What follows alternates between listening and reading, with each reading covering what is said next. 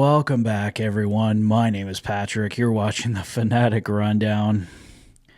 Well, we had a win over the Carolina Hurricanes, but apparently it was just a brief reprieve from the pain for Oilers fans. Taking on the Anaheim Ducks tonight, following the Oilers making a big trade today, bringing in Trent Frederick and Max Jones from the Boston Bruins, prospect Peter Hauser as well.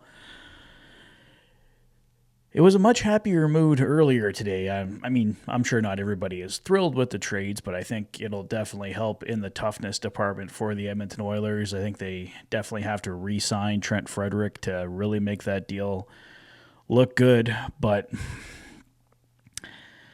going back to this hockey game,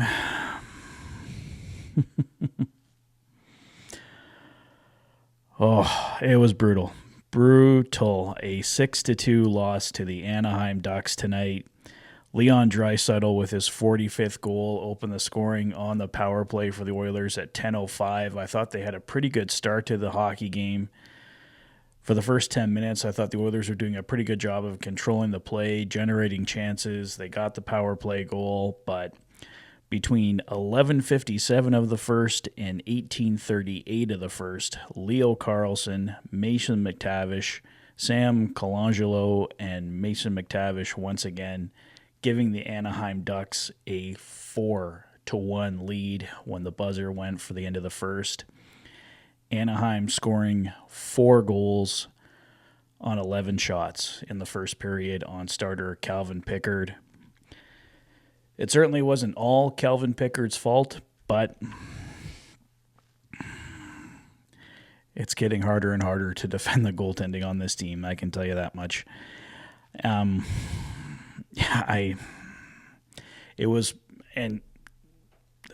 don't even know how to put this. It's certainly not all on Calvin Pickard. I don't want to hang him out to dry, but 4 goals on 11 shots is just unacceptable. The defense in front of him was terrible. This was once again pretty much top to bottom bad performance from this team. A few bright spots, but I was really hoping with the play against the Florida Panthers and Carolina Hurricanes, the Oilers were starting to turn a corner here, and I thought maybe they could have one of those games where they really took it to a team tonight, but instead they end up on the other end of getting it tooken to.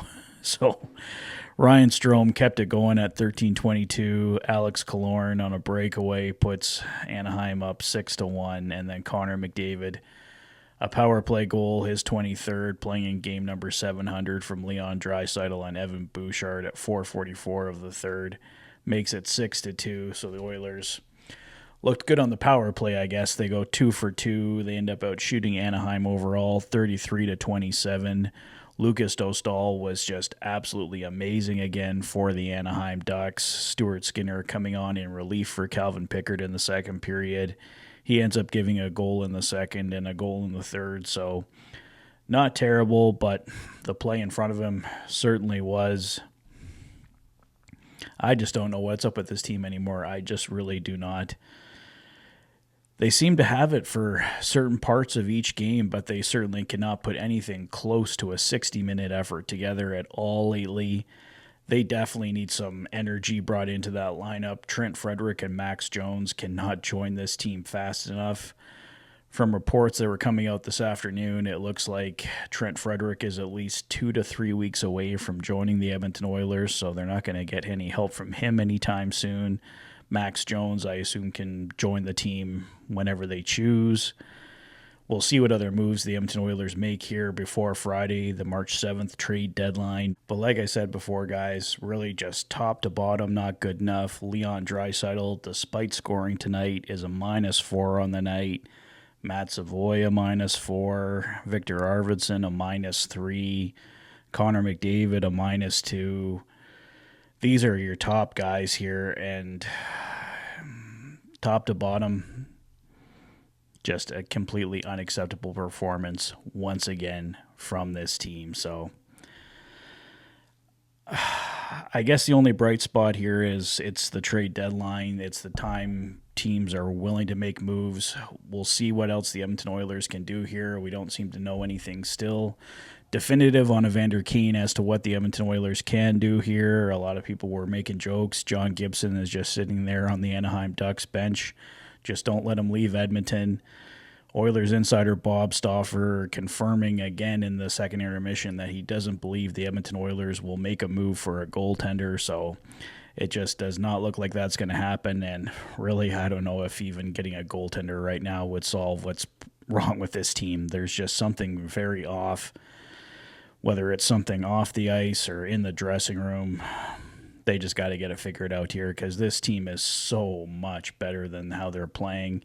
They have deficiencies, absolutely, but there is just something off with this roster, and they definitely got to figure it out fast here. They've got some time, but if they dig themselves a hole any deeper here, we're going to have to start asking a lot more questions about this team. So I don't think it's time to panic, but now losers of 6 of their last 7 games, and they look really off. It's not like they're losing 3-2 and it's a squeaker and could have gone either way. A lot of these losses have been lopsided, so